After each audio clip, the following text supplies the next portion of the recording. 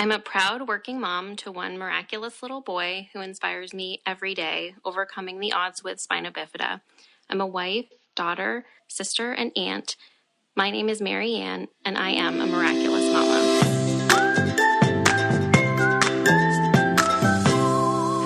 Welcome back to Miraculous Mamas. I'm your host, Elizabeth Joy. And for those of you just tuning in, this is a podcast that believes in empowering women through storytelling and education. And I am so glad that you are here listening because I have an exciting episode for you guys today. Very informational and something that really needs to be talked about. October is Bullying Prevention Month. And if you look at the statistics, it is crazy the increase that is happening. And it is so sad to see. You see more things in the media and in the news. And I just wanted to share a few of those statistics with you before we jump into this. About 160,000 kids per day skip school for fear of being bullied. When bystanders intervene, bullying stops within 10 seconds, 57% of the time. So there is something that you can definitely do to help prevent bullying. And if you see it happening, do step in. There's a few things that... a few other statistics that I wanted to share with you that it's really sad, but it's so important to talk about. And what's happening is suicide among youth has, it used to be relatively rare, and now it has increased so much in the last 10 years. So from 2007 to 2017, the number of suicide among people ages 10 to 24 increased 56%, from 6.8 deaths per 100,000 people to 10.6.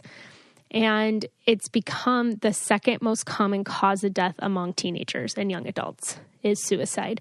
And a lot of that is linked to bullying. And there are so many things that can be monitored or stopped or ways to intervene. Like you hear these stories now about kids videotaping it. And it's like, man, that they are a part of the problem too. And so I have an amazing guest today who's going to talk to us about the work that she has been doing with young women, starting in those in that age group and in middle schools and high schools, and doing a Girl Talk Empowerment Day, and how just your words and being kind goes so far. And it is so important, especially with statistics like this. And there's just things these days that are amplifying it, such as social media. So kids don't just leave their bullying at school. They're going home and being cyberbullied too. And so it's so important to monitor that. I am not against being in your kid's business at all, because you hear these stories where the parents don't know what was going on. Or you hear the stories where they made the issue aware to people and nothing was done about it. And we can't allow that to continue to happen. There are some amazing articles out there that I will share with you guys on my website. And it also talks about what to do if your kid is a bully, what to do if, like, signs to look for if your kid is a bully, signs to look for if your kid is being bullied, just tons of different information on there, group chats and things like that of how to deal with all these different issues. But I'm so excited for our guest. I have Katie Zeppieri coming on, and she's so amazing. She's such an amazing speaker, and the work that she is doing is awesome. She started the largest Girl Talk empowerment movement throughout Canada, and it's starting to spread to other countries. And she just has such an important message to share with us. And so I'm going to bring her on.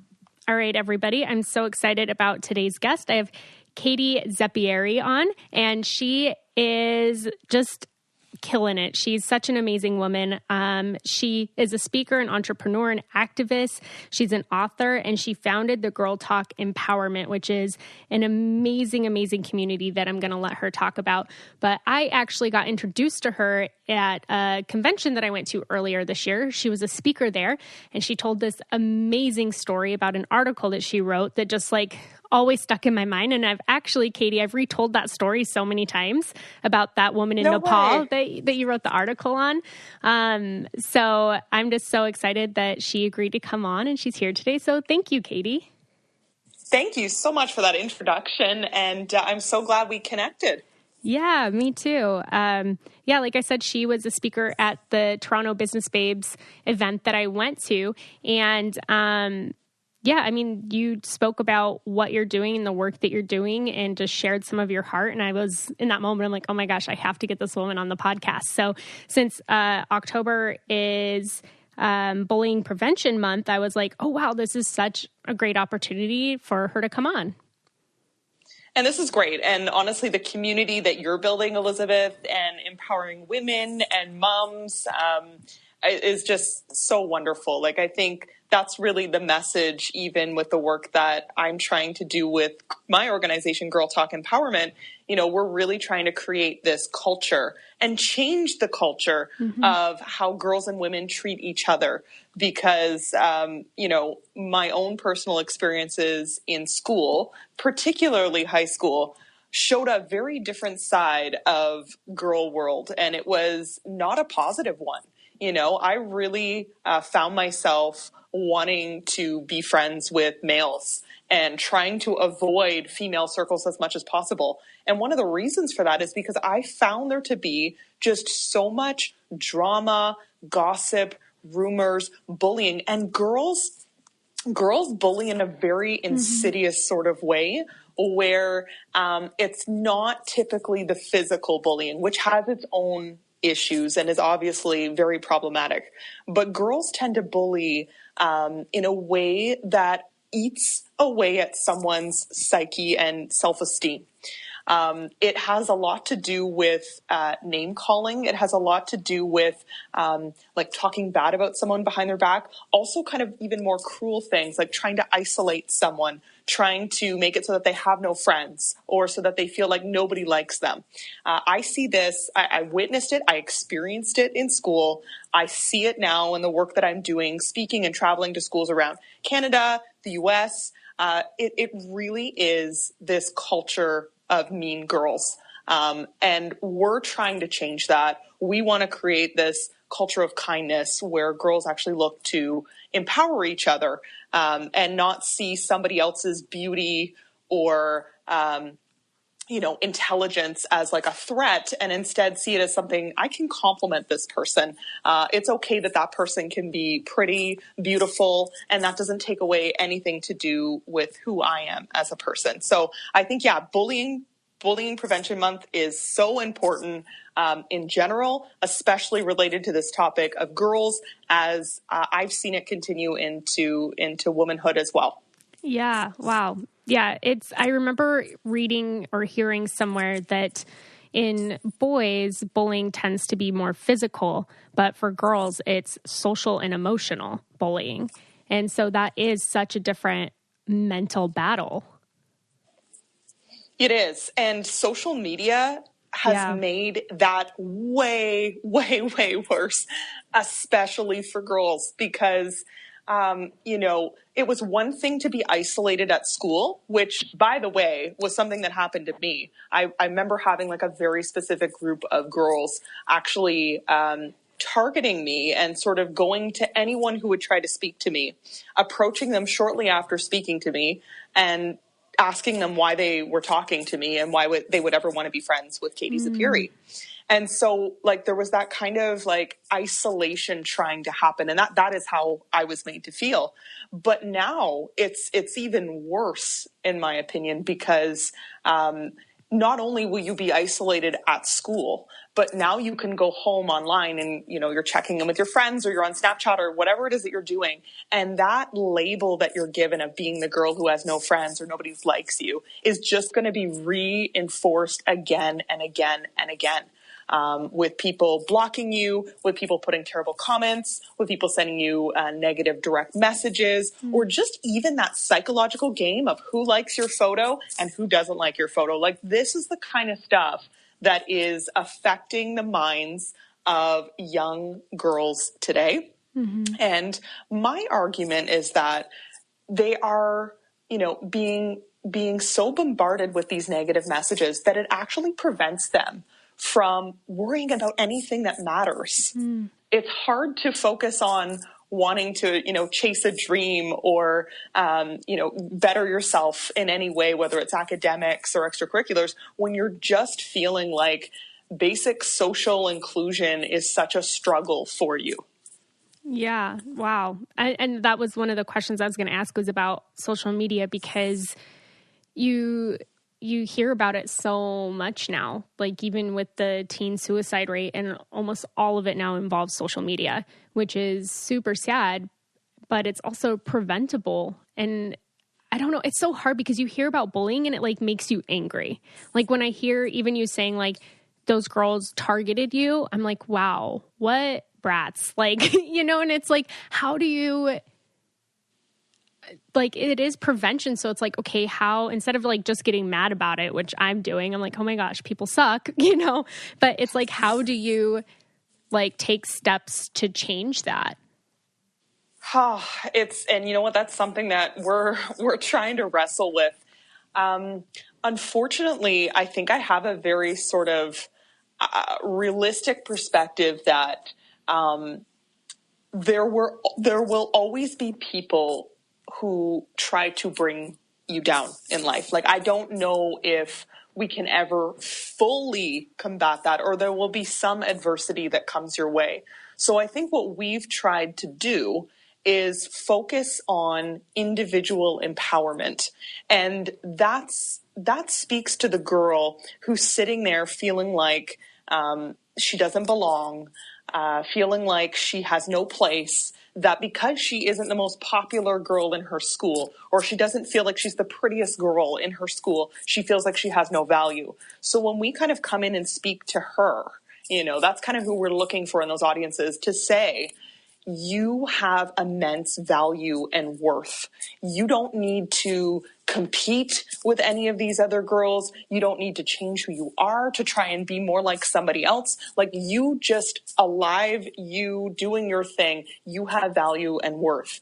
And remember to focus on bettering yourself every single day for you. Focus on making time for self-care. Focus on trying to get better at your academics. Focus on trying to get more involved in your community. Focus on your passions and your talents. And, if you could take that 1 hour of extra time that you're spending every single night, on Snapchat or scrolling through, looking at other people's lives, wishing your lives looked like that. If you could focus that time on bettering yourself, what would your life look like? And that's really this message of empowerment. And that's kind of why I chose that word to represent what we do, because when you inspire somebody, that's nice. You're making that person feel a little bit better. Maybe they feel like they want to go take action. But when you empower someone, you're actually giving them the tools to better themselves. And that's the beautiful thing, is when you can realize for yourself what actually matters in life, and kind of decide that you're going to commit your focus, your time, your energy to being the best version of yourself and making a difference in the world. So that really was the shift for me that happened in high school. When I found like the human rights club at my school, when I got a chance to speak, I realized I really had a passion for speaking and public speaking. That was when I kind of felt the shift, where I stepped into my own. And not to say that it doesn't hurt you when people put you down. It still does. But because I kind of have my own focus, it didn't hurt as much. Mm-hmm. And I was able to kind of redirect my energies into producing something positive rather than getting stuck in something negative. Yeah, that's so powerful. The work that you're doing, seriously, is just so amazing. And when you were speaking, it made me think about, you hear people when it's like, well, I don't know how to like change, because a lot of people have this mentality of, well, here's this problem. I can't take care of the entire problem, so there's nothing I can do. Whereas when you speak, if you just affect one person, like a lot of people almost overlook that one person thing. They're like, oh, well, if I just help one person, how's that really helping the whole problem? But it really, really is. You're helping that one person to realize like you said, the tools that you're giving them, the empowerment, and you never know like how that trickles down through the system, who that one person affects then. So I love when you're talking about it, that's just what kept coming into my mind is like, man, if you could even just reach one person, you'd never know the impact that could have socially. Yes, exactly. And I think that's the way to look at our lives, because all the problems in the world that need to be solved feel bigger than us. They feel massive. And you could ask yourself, like, where do I even begin? And really, you begin one person at a time, one day at a time, and doing whatever you can with the circle of influence that you have to make that difference. So, if you're a mom and you're raising kids, that's an incredible opportunity for you to empower your children, to have those tools, to feel like they are confident without having to seek approval from anybody else, that they have a focus on passions and care about the world and care about people, and therefore are willing to do what's right instead of what's popular. If you're an aunt, if you're a sister, like whatever role it is that you play, you have this influence. And that's like with the people who are in your circle, as well as the people that we meet every single day. And a reminder that, on any day that you might be interacting with someone, you'll never know what their backstory is, what happened to them that morning, what they might be struggling with personally, which is why creating this mindset of, I'm going to try and leave this world a little bit better than I found it. And thinking that with every interaction. Mother Teresa had a very famous quote. It's like, let no one leave you without being better and happier for having met you. I think that's such a great way to live your life. Yeah, absolutely. It's a very important way to live your life. And I love what you said about doing what's right versus what's popular. I feel like a lot of people probably, especially the demographic that you speak to, like really gets caught up in that of going along with the social norm or whatever the opinion is that day instead of, really taking a stand for what's right.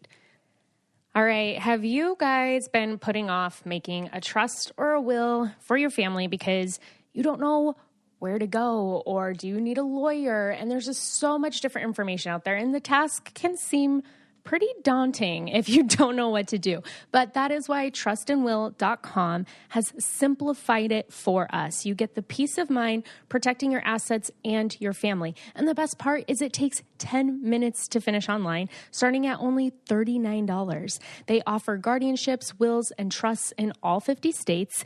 And Vito and I decided that, hey, we've been putting it off because we're like, well, we just got married and we'll do it later.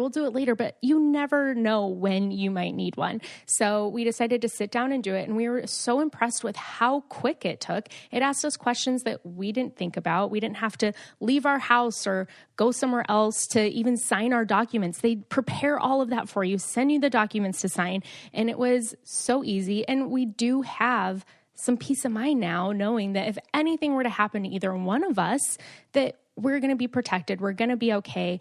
All of our assets and our home, everything's going to be taken care of the way that we would want it to be. And right now I have an awesome offer for you guys. Take 10% off by going to trustandwill.com/mamas or entering the promo code mamas at trustandwill.com. That's 10% off by going to trustandwill.com/mamas or entering promo code mamas at trustandwill.com. What is the kind of demographic that you speak to?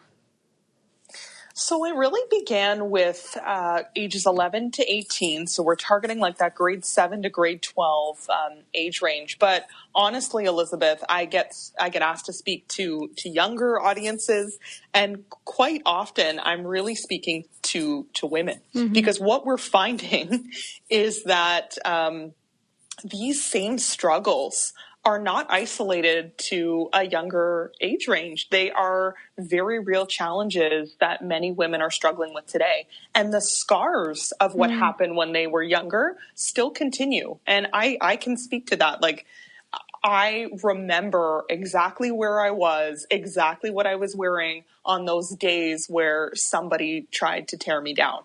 And it left a little scar. that sticks and continues with you, and it affects the way that you look at yourself.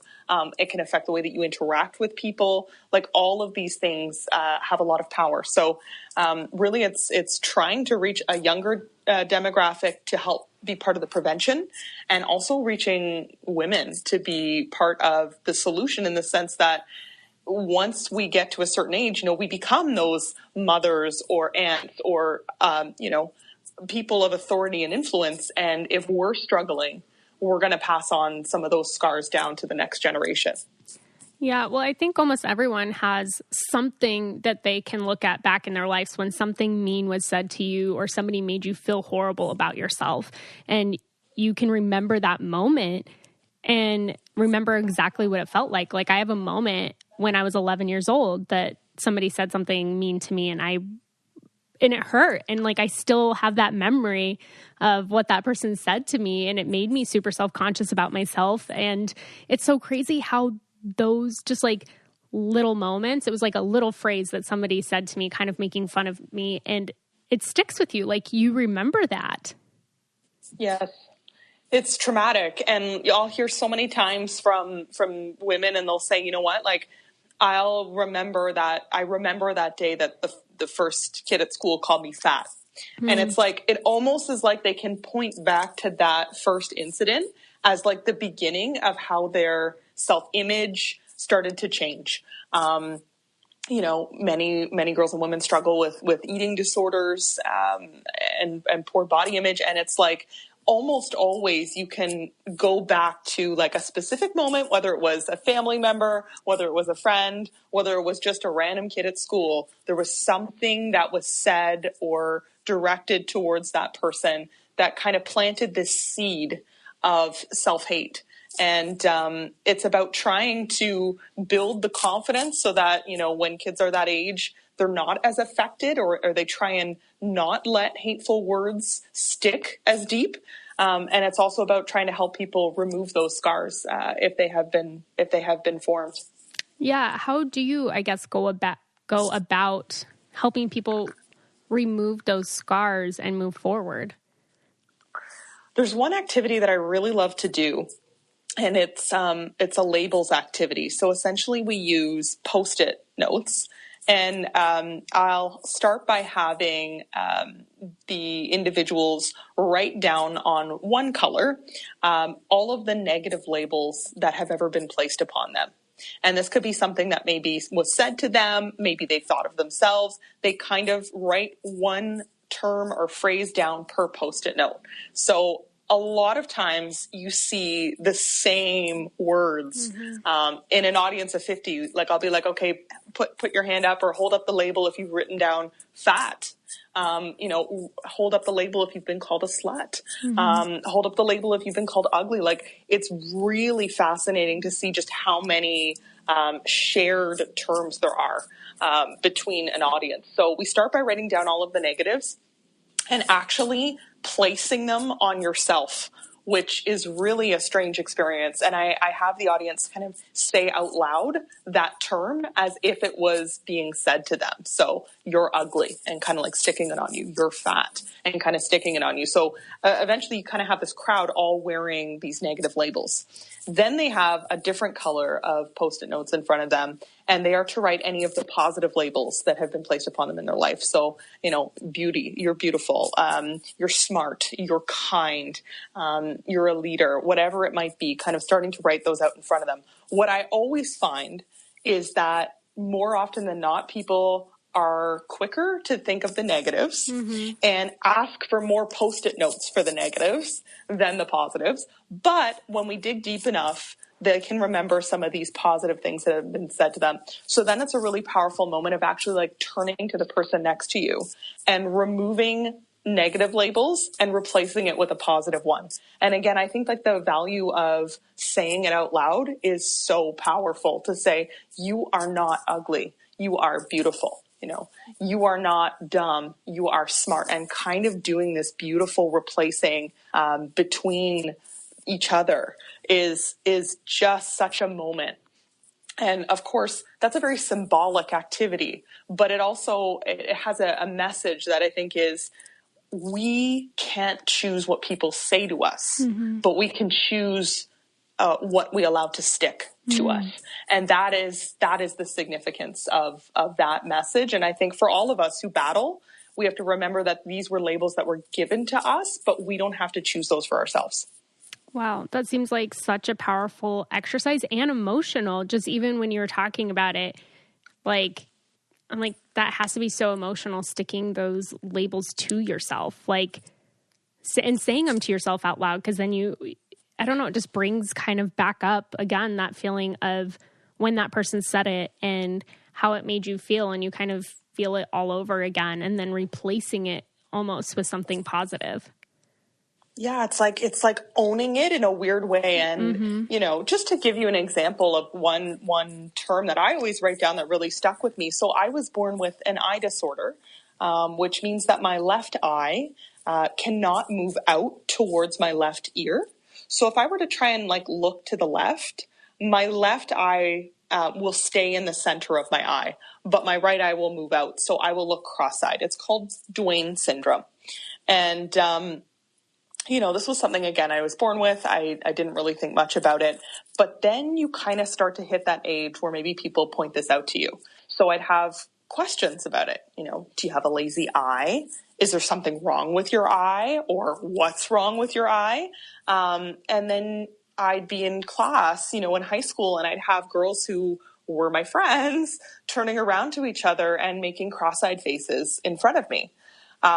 Or I'd have a guy, while I was walking down the hallway, I had made eye contact with him and I had felt my Duane syndrome showing. I hadn't fully turned my head. And he called down the hallway like, "There goes Katie, the cross-eyed freak." Oh my gosh. And that term, that cross-eyed freak, for whatever reason, and there were a number of things that I was called that were said to me throughout my adolescence, that term hurt so much. And I think I felt that anytime somebody asked me about my eye, that I was being made to feel like I was ugly. And I had these dreams of, wanting to be a speaker or wanting to be on camera. And I just kept thinking to myself, who's ever going to want to see that, a cross-eyed person on TV? And I became really sensitive about it, even in movies. If you actually go back and look at quite a few comedies, there are many comedy movies that I could point to that have a cross-eyed character in them. And that's kind of something that's made fun of. And that just became a sore spot. You could say anything to me, but that one sort of term or asking about it would just cut so much deeper than everything else. So when I did that labels activity, and I do participate with the audience, and I will put it on myself and kind of say it out loud. And it was almost like kind of reclaiming back this power of, I have allowed people to make me feel small for a disability that I was born with. And once you kind of start putting it in perspective like that, each time you say it, each time you recognize what had actually happened, how wrong it was, and you reclaim it with, what, this makes me unique. And this doesn't take away anything from my own beauty and worth, is so powerful. And so I just think that we as girls and women benefit so much when someone else steps up and says, "Look, this is what I have struggled with. And I'm going to share this because, well, maybe this exact thing hasn't happened to you. I'm sure you have your own struggle." And it just makes you feel empowered to know that there are others who have gone through something and have overcome it. Yeah. Wow. How do you, when you're telling that story and you said what that guy said to you in the hallway, my initial reaction is punch him in the face. I don't know. I get so angered, even hearing these things. I'm like, oh my gosh, I would punch that guy in the face. And then it's how do you not do that? Kids are so mean, and it's well, adults can be too. And I don't know why I result to physical anger. And I have a cough here, Elizabeth, but you're making me laugh so much. I'm coughing here. But it's funny because you're not far off from my mom, who has a 2nd-degree black belt and owns a boxing gym. That's usually her response. No, but in all seriousness, hey, it makes you angry. And I'm very honest about, I haven't always handled every situation that I've been in perfectly because I'm not perfect. And there was an incident that I remember very, very strongly with a girl who was a year older than me, had been tormenting me for quite some time, and we kind of just had it out. There was one leadership camp of all places where we were, and she had really gone out of her way to say something about me, and I didn't hold back in saying something back to her and calling her names too. And it was something where it's like I felt like I had kind of snapped, like I had been like just pushed so far. I was not ready to be a doormat. And I don't think you have to be a doormat. I think you have every right to stand up for yourself and to defend yourself. And my mom would say for sure, if somebody touches you, like you defend yourself. So I do have that belief. I don't think you need to just kind of roll over. But if I'm being honest, the words that I said were not ones that I would be proud of. So I think it's about trying to balance, standing up for yourself without having to resort to the same hatefulness that that person has used to you, which is probably one of the hardest things ever. But if we're really aspiring to be someone who brings light into the world, we need to do that even to our enemies or people who are trying to bring us down. Right. Which is true. Because you also, again, you don't know that other person's story. Like what is making them, not making them, but why are they choosing to be mean too? Because people want to be accepted or be a part of a crowd or whatever it is. And everybody does kind of have their own struggle. But, you were saying, so that's your mom's first reaction too. So how was your mom supportive of you being made fun of or bullied? Because I know that there's parents listening whose kids may get picked on at school. I feel like everybody at some point does a little bit, whether it's by a sibling or in a social circle. But like how do you as a parent be supportive of your child going through that? Yeah, you know what? Like my parents were so supportive. My mom was there every single day to listen to what I had to say, to hear about my day. And I think that just the fact that she took enough care to listen and to sort of make me feel like I had a valid and a valuable like opinion, and that hearing about how my life was going like mattered to her so much, it made me feel a sense of love, like a deep, deep sense of love that, regardless of whatever was happening at school, like I had this safe place to go back to, and I always felt like I did. So I think that that's the biggest thing is as a parent that you could do for your child is to really be present in their lives and to listen to the day's experience of your child and what they're going through, the ups and downs, like who are their friends, who are they spending time with? What are some of their interests? Like really taking that opportunity to get to know your child on a deeper level. And my mom also pushed me. She gave me like kicks in the butt towards doing the things that maybe I had an interest in, but was nervous to do. Like I have a very strong memory of, wanting to be on stage when I was in elementary school, and, would have loved to have been like in a play, and there were auditions at the school, and I was like terrified. So I did not want to go in. I was not going to audition. And I remember like my mom coming to the school and walking me to the door of the audition room and like basically forcing me inside to get in there and to step up. And I ended up, doing my little audition, really, really nervously, ended up getting casted in a lead role for that play. And that push from her guiding me towards like my passion to something that she knew that I was interested in, that I had talent in, helped me like always keep my focus on how could I continue to explore and better my own talents and passions. And that encouragement helped me break away from the social issues and focus on some bigger things. Yeah, that's so awesome that she that she supported you in that way and created that safe space for you, but then also pushed you to get out of your comfort zone, because I know that is so hard as a kid. Like, I have memories too of things that I wanted to do and I didn't because I was too scared. And you picture like kids being fearless, but there still is like some fear there growing up, you know?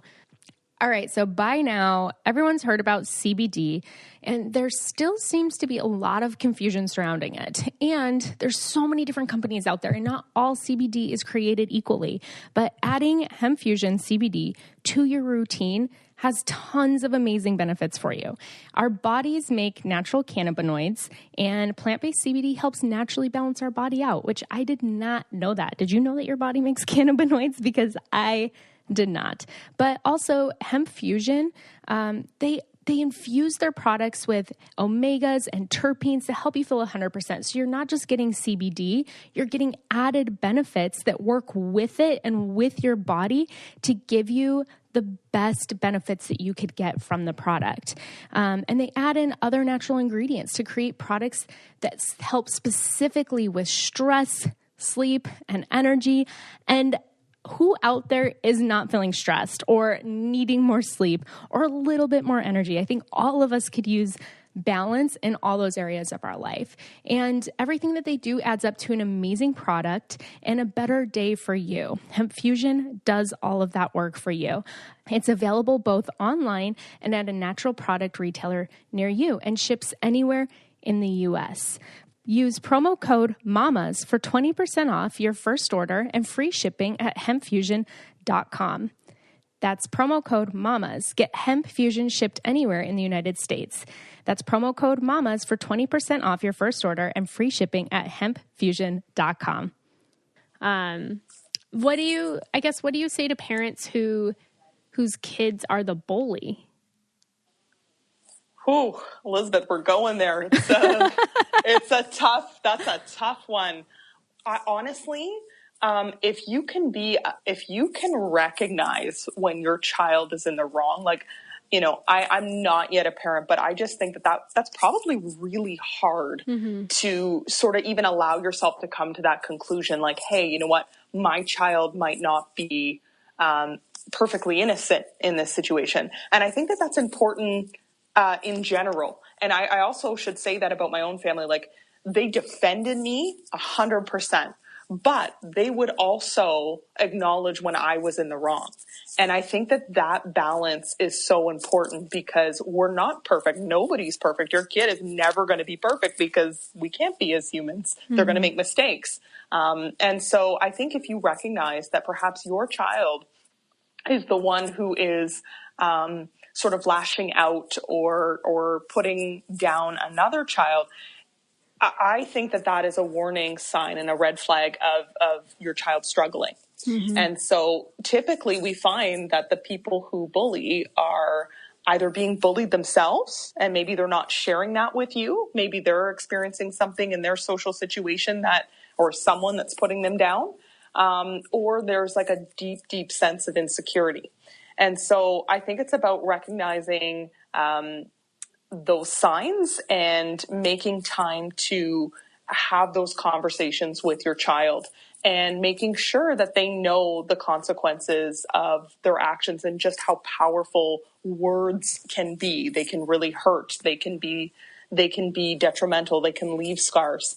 And again, I just always go back to, like, this is my solution. This is what I think is so important, is that if your child doesn't have any like interests outside of just going to school and coming home and then being on their phone all night, like, I think that's a problem because they're looking for ways to explore and decide who they are. They're trying to figure out who they are. And if they're not doing anything else besides like showing up at school and then being on their phones all night, they're missing out on those opportunities to care about other things. So again, I would go back to what can I be pushing my child to get involved in so that they're building some skills, they're learning some things, even like self-discipline. There's great discipline that comes from being on a sports team, or having to balance school and also having extracurriculars on the side. So I think it's being present in your child's life, having those honest conversations, acknowledging when they are in the wrong, and also helping to empower them to find their own interests. Yeah, that's really good. Talk to us a little bit about your Girl Talk chapters. What exactly are those? Yes, so we started by running Canada's largest girl empowerment event called Girl Talk Day. That was how Girl Talk was actually born. It was the first thing that I ever did for Girl Talk was in 2013. I had taken all of my university savings. I was really honored to have been a scholarship recipient. I had a full scholarship from TD Canada Trust, and I worked all throughout university, and I had accumulated some savings.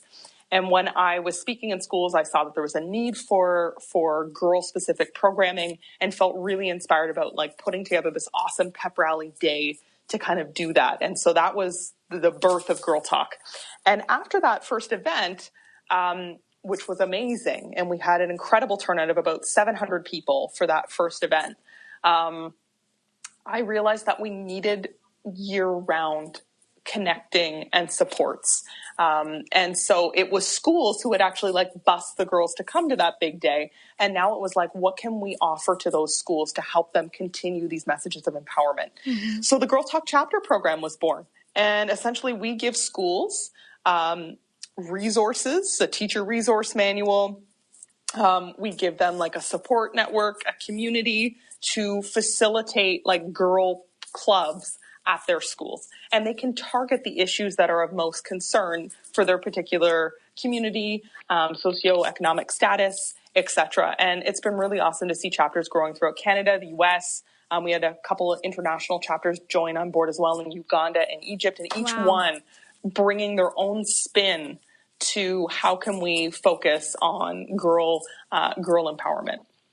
That is so amazing. And like you said, I mean, it does start at that age because, if you can reach that demographic, imagine the difference that it is going to make in those women as they're growing up, as they become mothers and their roles and identities in life change, and being able to start young and be involved in something like that is so impactful. Yeah, like it's the best feeling ever when I get a message from a school saying that because they ran a Girl Talk chapter at their school this year, they have like tangibly noticed and seen that the culture within the school has shifted amongst girls, that there is like a kinder sort of feeling towards each other, which is like, that just makes your day. Or hearing about, girls who maybe felt like they didn't have a place or they didn't have a club before that they belonged to, and now feeling like they have something, and actually seeing some girls, like I've seen girls being recognized in the local newspaper as like a face of the future. And one of the things that describes them in their little write-up is they were part of their Girl Talk club, and they actually helped lead the club. Like just seeing girls taking opportunities to lead and to get involved, and that's really what we're able to provide here. It's just been so rewarding. So that has to be so rewarding. When you're saying like that schools can see a tangible shift, it gave me goosebumps, because I mean that's what we need. That's what we need in our schools right now, is that shift of mentality and of people just being kind to each other. Yes.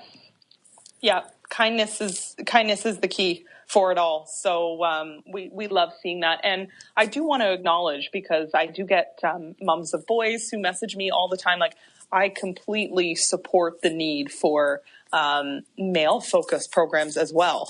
And talking about bullying and empowerment and self-esteem with boys as well. So I do speak to co-ed audiences.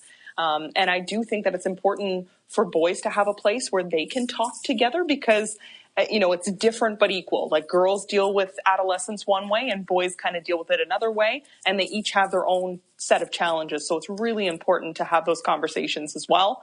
Just here in the Toronto area, it's a big story in the news at the moment. There was a 14-year-old boy who was stabbed by another boy at school. And this was all due to bullying. Like it's in the news. It's making huge headlines right now that a boy has lost his life because of how badly he's been bullied. And, this is maybe like kind of the conversation to talk about when it comes to males, which often involves like physical bullying. To the point where obviously in this circumstance, like it can take your life, which is horrible.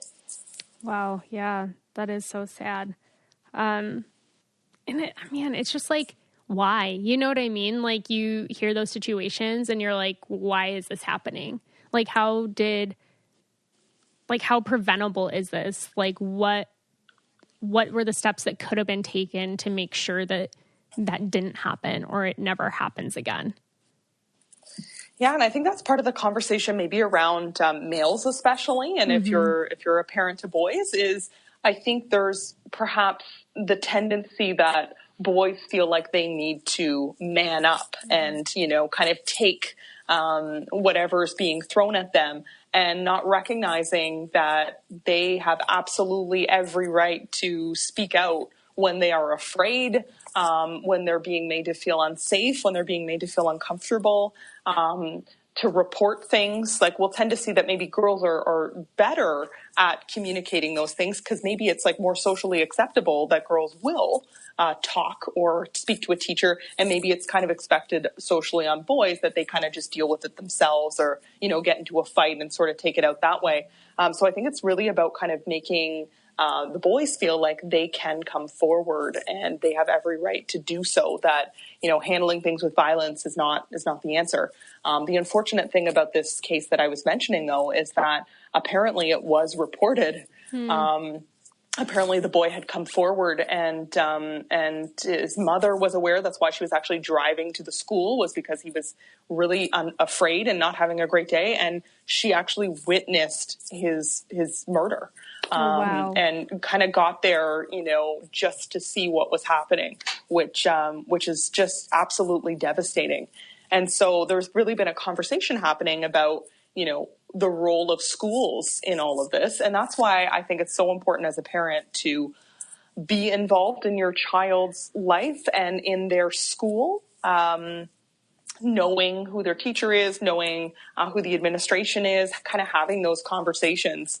And you have to advocate for your kid. Like you really have to advocate for your kid. I remember so many times where, maybe there's a teacher who wasn't taking the bullying situation as seriously as you had hoped. And I remember my mom would be in there, like meeting with that teacher, bringing in the principal, like escalating it to show the severity of what was happening. And I know that requires some work. And sometimes the kid doesn't want that because we think, we're going to be labeled as the teacher's pet or any of these things. But really, when your kid's safety and well-being is on the line, it matters so much to really take that step and to advocate for your child.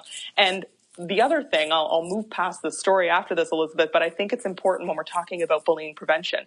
Another mother came forward and said she had a problem with this same student with her own son, and they had left the school because it was so bad. Wow. So I think that's interesting, and I know my parents would have been those kind of parents where if it had gotten to the point where it was that extreme, where we felt that concerned about our safety, they would have pulled me from the schools or switched communities. Yeah. Wow. No, but all that information that you're sharing though is really important, because there might be somebody listening whose kid is getting bullied and they haven't known how to maybe go about it. And it's like, you have to talk to somebody. You have to talk to the administration. You have to go in there and say something, because if it's not your kid, it could be the next. Yes, and exactly. And that's a sad fact. It's sad, but like that's where we're at right now. You're exactly right, and nobody's going to do a better job of advocating for your child than you are. Yeah. This is I feel terrible for this family, and people in the community here are just kind of hoping that the death is not in vain, that there can be like a big learning piece from this. And people can recognize that bullying is not just this little pitter patter sort of thing that you just forget about. It can have very, very serious consequences, both on an immediate level and also long-term sort of impact on mental health. Yeah, no, absolutely.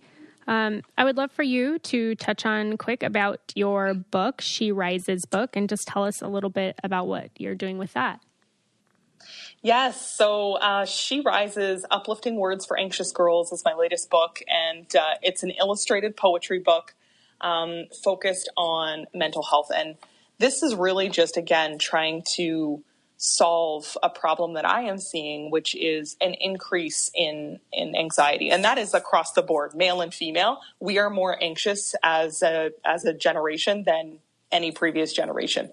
And there's a very strong linkage between that and technology use. We have everything buzzing and notifications, and we're always on. And, the work days are a lot more 24/7 than 9 to 5, and et cetera, et cetera, et cetera. And so we're in a state of anxiety. Our bodies feel like they're in fight or flight mode.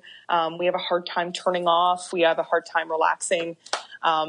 And this is particularly true in the female community because, well, females spend more time on social media than boys do. And so we notice that for every hour that a girl spends on Instagram, for instance, like the decline in her self-esteem and her sense of self decreases with each hour. So that is like the scary crisis, I think, of where we are. And we maybe don't recognize the full extent of how addictive our phones are, how addictive social media is. And so this book is really trying to come in here and take the reader on a journey from darkness to light. What does it feel like to be in a dark place? What does it feel like to stand in front of a mirror and hate your body? What does it feel like to be in a panic attack? What does it feel like to get pressure from a male to send a topless photo of yourself? Like we kind of go there. Yeah. And then we take the reader on a journey where it gets brighter and lighter and starts encouraging them to focus on the impact that they can actually make on the world. So I partnered with an illustrator from Los Angeles. Her name's Mary Purdy. She's amazing. She has a great Instagram following. Her artwork's incredible. And I just really feel like this is a book that like you keep by your bedside on a good day or a bad day. Like there's something in here that could really move you. And I'm getting responses not just from teen girls, but from women of all ages as well, saying that this is really just such a great tool for them to kind of help push them through on a difficult day. So I'm really excited about She Rises. It's listed on our Girl Talk Empowerment website. By the way, that's where everything that I've mentioned is, like our Girl Talk chapters, if you want to learn more about that, our Girl Talk Day, our She Rises book, our Girl Talk book. It's girltalkempowerment.com. And I'm just excited to see how this continues to grow. I have some bigger plans of additional resources I want to offer in addition to this first book for She Rises, just because I think that this focus on turning off and getting in touch with who we are is so important. And I'm excited to be offering a giveaway to the Miraculous Mamas community as well. Yeah, they'd be so excited for that. It was interesting, the statistic that you shared with, for every hour that a girl's on Instagram, her self-esteem decreases. I wonder how much of that is true for like moms and, women who are in that demographic of either trying to conceive or being a mom or parenting, like how much of looking at other people's lives on Instagram and comparing makes you decrease your value of what you're doing with your children and how you're parenting or, just your value of being a mom to your kids. I'm sure that there's probably a similar statistic for that. Yes, absolutely. And you know what? Like, not to say that there aren't some positives. There absolutely are. And, what I've seen is that, women are talking more about, say, like postpartum depression, which like was always in the dark. So body positivity, like there's a lot of positives. So I don't want to say that, but you are absolutely right. It's not healthy to be spending hours a day on Instagram. It's not. It will attack at your self-esteem. Not to mention it's stealing away your precious time from actually living and working on your goals and spending time with your children. So it's something that I have to work on every single day.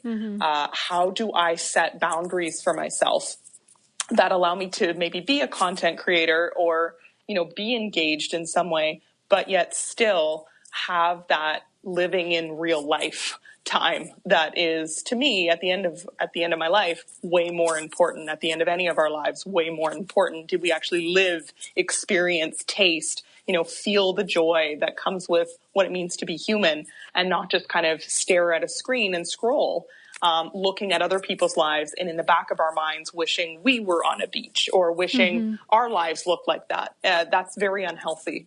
The best way to overcome any sort of negative issues that we're experiencing is to actually go out there and take action ourselves. Yeah. No, that's so true. And I mean, I needed to hear that too, because it's so hard finding that balance of trying to come out with good content and being engaging with, followers or listeners, but then also being present in your life. I mean, that's a conversation that me and my husband have all the time. He's like, okay, put down your phone.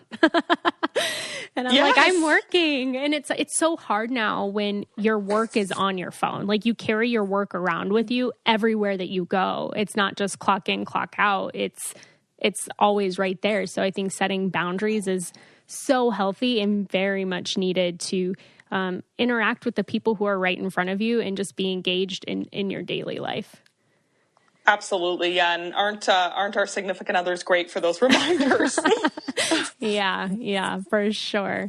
Well, thank you so much for taking the time to come on here. I know you said a lot of your information's at girltalkempowerment.com. Is there anywhere else where people can follow what you're doing or be interactive with you? Absolutely. Yeah. So that website's a great central place. You can also check out my own personal Instagram page. It's Katie Zeppieri. If you can spell my last name, Zeppieri.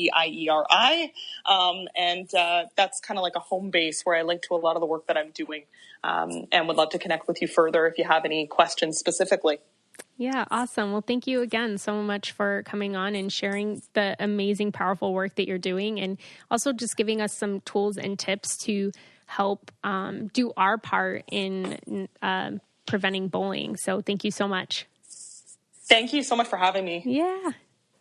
I just love her. I feel like I could listen to her speak all the time. You can tell that she just has a passion for this, and she's been through it and came out stronger, which is what you can hope for the people who have been bullied out there. But so many people may not have the resources to cope and deal through this. And that is why there is a bullying prevention month and why it's so important to spread these messages. I wanted to talk to you guys just about a couple more statistics. Between 1 in 4 and 1 in 3 U.S. students say that they've been bullied at school. That's not even including cyberbullying. Most bullying happens in middle school, and the most common types are verbal and social bullying. And having things like this to help grow awareness brings more of that. But there's also takeaways for you parents out there. One of them is to learn more about the issue. The more informed and better educated you are, the better you can make an impact. Practice what you preach. Children mock what they see, so be a good role model to your children. Talk to your kids. Ask them about their day. Ask them about their experiences at school, and know that they can have them feel comfortable and know that they can always come to you if something happens, and that you're going to listen and help them go through it. Monitor what your child does online. Right now, cyberbullying is the fastest growing type of harassment amongst young individuals. So monitor what they are doing online, monitor how they're spending their time at home, and form a group in your community. Reach out to Katie and what she's doing. Get a Girl Talk empowerment movement in your school, in your child's school. See what other work you can do, and have a community there where people can come to, and that they can feel that they have a place, a resource, without judgment, because it's so hard to go through that age and feel like you're going to be judged if you do reach out. which is so tough for kids at that time. So there's a few other resources. Always let your kid know that if they are being bullied and it turns into a serious situation, that they can call 911.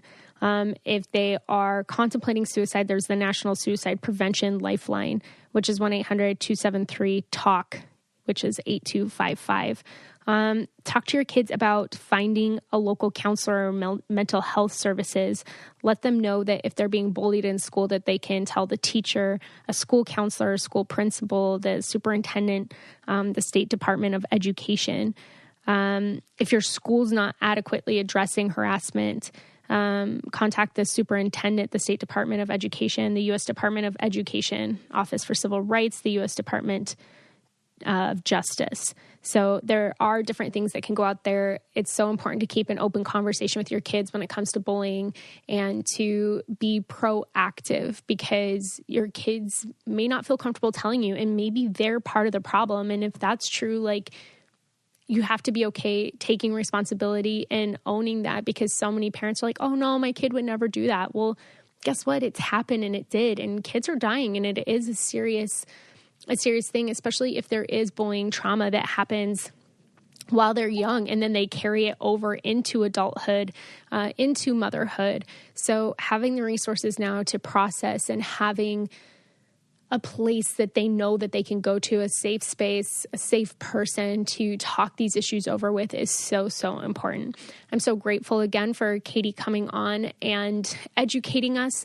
If you love this episode, please hit the subscribe button, leave a 5-star review. Let me know why you love this podcast. It's a podcaster's best way to get out there and share what they are doing, and share this with somebody who needs to hear it. I'm so excited to continue this journey with you guys, to continue learning and growing and having some of the hard discussions, and having episodes where we laugh and where we cry and where it's fun and lighthearted, but also where it's very deep and meaningful and impactful. And I'm just looking forward to more of the guests that we have coming on. November is a super exciting month. It's Movember, which is men's health. So I have a couple of exciting episodes talking about sperm health, men's health. And, you know, like they say, the woman is the neck, right? The men may be the head, but the woman is the neck, so you can turn them. So it's just important to be educated on both of those. The more that we can share and learn and grow, the better place that this world will be. I love you guys so much. Don't forget to join us on Instagram, Twitter, and Facebook under Miraculous Mamas, and I will talk to you next week.